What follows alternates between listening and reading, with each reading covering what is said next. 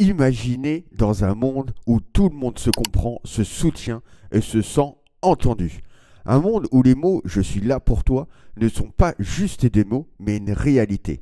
On va voir ici l'importance de l'empathie. Qu'est-ce que l'empathie? Comment la pratiquer au quotidien? Et pourquoi est-elle si essentielle? Et je vous dis tout dans cette vidéo.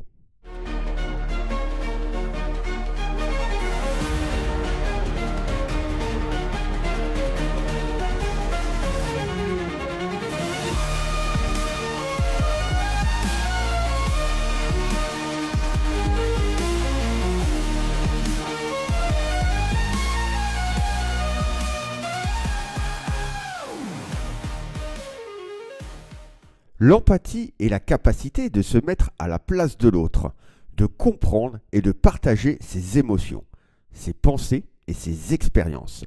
C'est la faculté de ressentir ce que l'autre ressent, sans pour autant éprouver soi-même les mêmes émotions.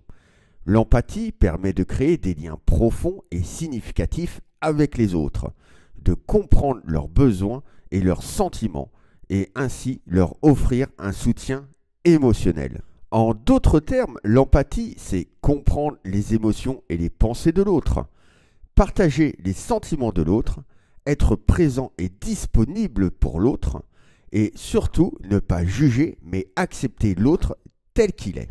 Dans le contexte de l'intelligence émotionnelle, l'empathie est la capacité de reconnaître, de comprendre et de partager les émotions des autres. C'est l'une des composantes clés de l'intelligence émotionnelle, car cela permet 1. De reconnaître les émotions des autres à travers leurs expressions faciales, de leur ton de voix, leur langage corporel, etc. Ça va nous permettre aussi de comprendre les perspectives et les sentiments des autres, même si on ne partage pas les mêmes opinions ou expériences. Et aussi, ça va nous permettre aussi de réagir de manière appropriée aux émotions des autres en offrant un soutien émotionnel, de la compassion ou de l'aide.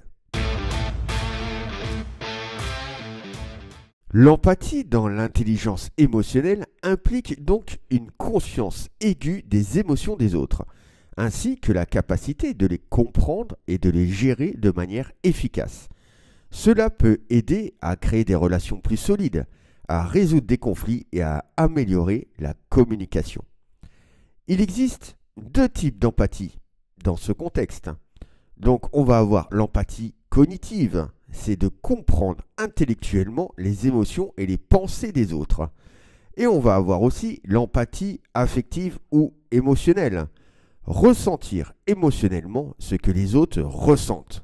L'empathie va nous permettre de réaliser pas mal de choses. L'empathie va nous permettre de créer des relations solides, de résoudre les conflits, améliorer la communication, favoriser la compassion et la solidarité et améliorer la santé mentale et le bien-être. Dans l'empathie, on va avoir des composantes et on va retrouver 5 points dans ces composantes. Le premier point, c'est la conscience émotionnelle. C'est avoir la capacité de reconnaître et de comprendre les émotions des autres. En deuxième point, la prise de perspective, la capacité de se mettre à la place de l'autre et de voir les choses de son point de vue. En troisième point, on va avoir la régulation émotionnelle, la capacité à gérer ses propres émotions pour rester calme et objectif face aux émotions des autres. Le quatrième point, la communication empathique. La capacité de communiquer de manière empathique et compréhensive avec les autres. Et le dernier point, c'est le non-jugement. La capacité de mettre de côté ses propres jugements et préjugés pour comprendre réellement l'autre. Dans l'empathie, bien sûr, on va retrouver l'empathie cognitive. Au sein d'une relation, l'empathie cognitive, ça va nous permettre de comprendre les pensées et les sentiments de l'autre, reconnaître les besoins et les désirs de l'autre, anticiper les réactions et les comportements de l'autre et adapter sa communication et son comportement pour mieux répondre aux besoins des autres. Cela peut aider aussi à améliorer la compréhension mutuelle, réduire les malentendus et les conflits, renforcer la confiance et la connexion émotionnelle et favoriser une communication plus efficace et plus harmonieuse. Pour l'empathie émotionnelle au sein d'une relation, ça va nous permettre de partager les émotions de l'autre, raisonner avec les sentiments de l'autre, offrir un soutien émotionnel et une validation, créer un lien émotionnel profond et significatif. Cela peut aider à renforcer la connexion émotionnelle de l'intimité, favoriser la confiance et la sécurité émotionnelle, aider l'autre à se sentir entendu et compris, et créer un environnement propice à la communication ouverte et honnête. Prenons un exemple concret et comment avoir un comportement empathique. En exemple, on peut prendre que votre partenaire revient de sa journée de travail qui a été relativement assez difficile et il semble être stressé. Donc en comportement, c'est déjà d'une, vous arrêtez ce que vous faites et vous lui donnez toute votre attention. En deuxième point, vous lui demandez comment s'est passée une journée et l'écoutez attentivement sans l'interrompre. Vous utilisez des phrases comme « je vois que tu es vraiment stressé » ou alors « je sens que tu es tendu » pour montrer que vous comprenez son état émotionnel. Vous lui posez des questions ouvertes pour aider votre partenaire à exprimer ses émotions, comme « qu'est-ce qui s'est passé aujourd'hui » ou alors « qu'est-ce qui te préoccupe ?» et vous lui offrez un câlin ou un geste de réconfort pour montrer que vous êtes là pour lui. On va prendre un exemple de dialogue pour mieux vous situer. Par exemple, votre partenaire vous dit « Aujourd'hui a été une journée horrible. J'ai eu une réunion avec mon patron et j'ai eu l'impression de ne pas être à la hauteur. » Vous pourriez lui répondre tout simplement « Je vois que tu es vraiment stressé. Peux-tu me dire ce qui s'est passé pendant la réunion ?» Donc votre partenaire risque de vous répondre « Je ne sais pas. J'ai juste eu l'impression que mon patron ne m'appréciait pas et que je ne fais pas mon travail correctement. » Donc en réponse, vous pourrez lui dire « Je comprends que cela puisse être vraiment frustrant.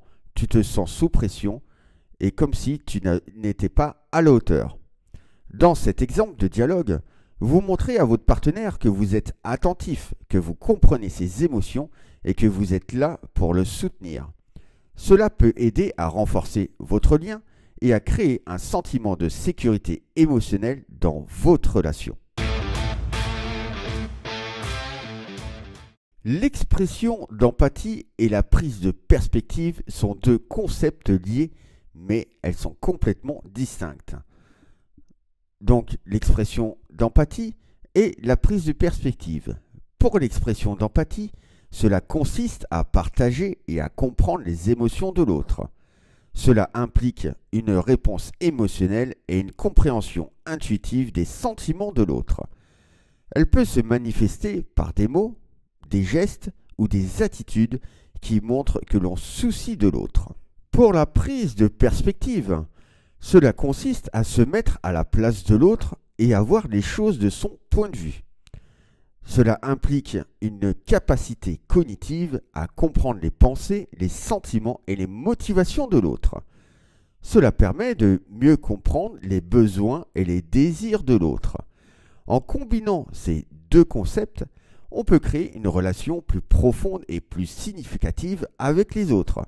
En effet, l'expression d'empathie permet de créer un lien émotionnel relativement assez fort, tandis que la prise de perspective permet de mieux comprendre les besoins et les désirs de l'autre. On va prendre un exemple qui va combiner ces deux concepts. Par exemple, vous pourrez dire à votre partenaire « Je vois que tu es vraiment stressé par cette situation.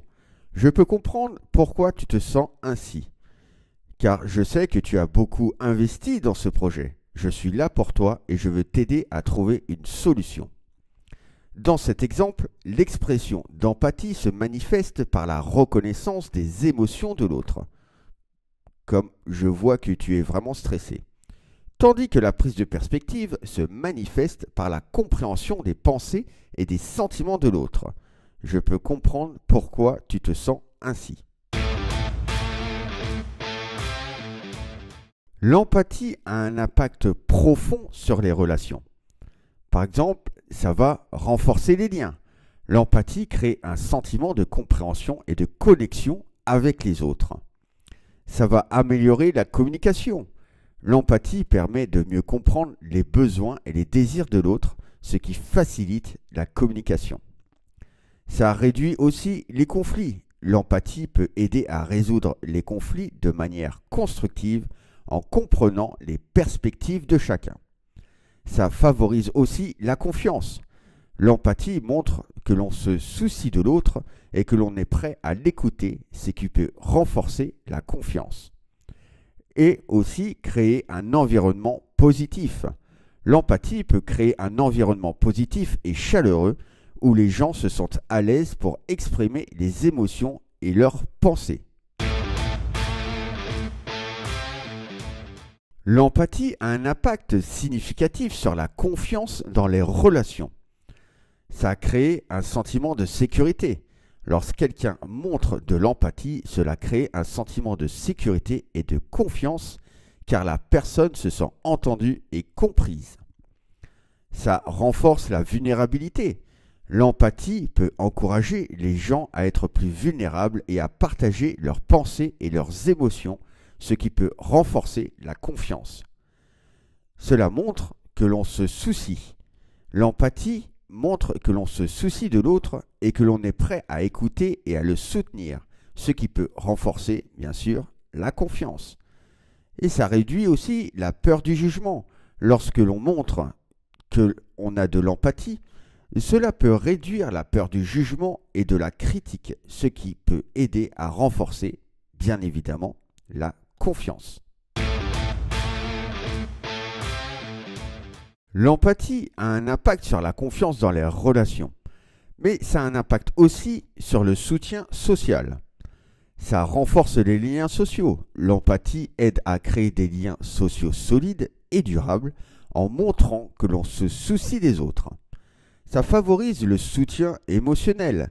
L'empathie permet de fournir un soutien émotionnel aux personnes qui en ont besoin, ce qui peut les aider à gérer les difficultés et le stress de la vie. Ça encourage l'ouverture. L'empathie peut encourager les gens à s'ouvrir et à partager leurs pensées et leurs émotions, ce qui peut les aider à se sentir soutenus et compris. Et enfin, ça améliore la qualité des relations. L'empathie peut améliorer la qualité des relations en montrant que l'on se soucie de l'autre et que l'on est prêt à l'écouter et à le soutenir. N'oubliez pas que l'empathie est une compétence qui peut être développée avec la pratique. Si vous voulez avoir de l'aide pour développer cette empathie, dites-le moi en commentaire. En conclusion, l'empathie est une compétence précieuse qui peut transformer nos relations et notre quotidien. L'empathie est un cadeau que nous pouvons offrir aux autres et qui nous enrichissent en retour.